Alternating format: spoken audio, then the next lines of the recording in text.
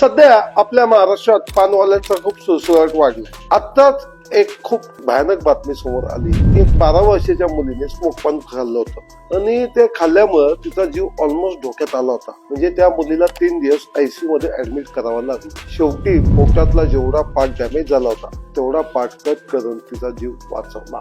आता हे फक्त स्मोक पानवाल्यांसाठी नाही, तर स्मोक बिस्किट झालं किंवा कॅफे मध्ये जे डेझर्ट्स मध्ये स्मोक चॉकलेट येतात, या सर्वांना ही गोष्ट लागू होते. कारण या सगळ्या गोष्टींमध्ये एकच केमिकल वापरलं जातं ज्याला लिक्विड नायट्रोजन असं म्हणतात. आणि लिक्विड नायट्रोजन याचा वापर फक्त इंडस्ट्रियल यूज साठीच केला जातो. हा खाण्यापिण्याच्या वस्तूंमध्ये वापरणारी गोष्ट नाहीये. कारण आपण जे खातो ते पचण्यासाठी शरीरामध्ये जी लाळ तयार होते आणि त्या लाळीमुळे जे अन्न पदार्थ आपल्या पोटातच पचत असतात.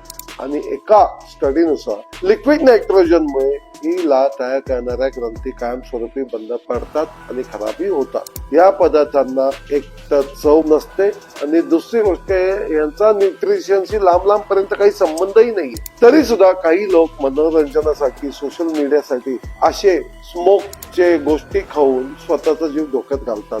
आणि मी तुम्हाला सांगतो, होईल तेवढं आपल्या लहान मुलांना आणि स्वतःला अशा निकृष्ट आणि घाणेरड्या गोष्टींपासून नेहमी लांब ठेवा.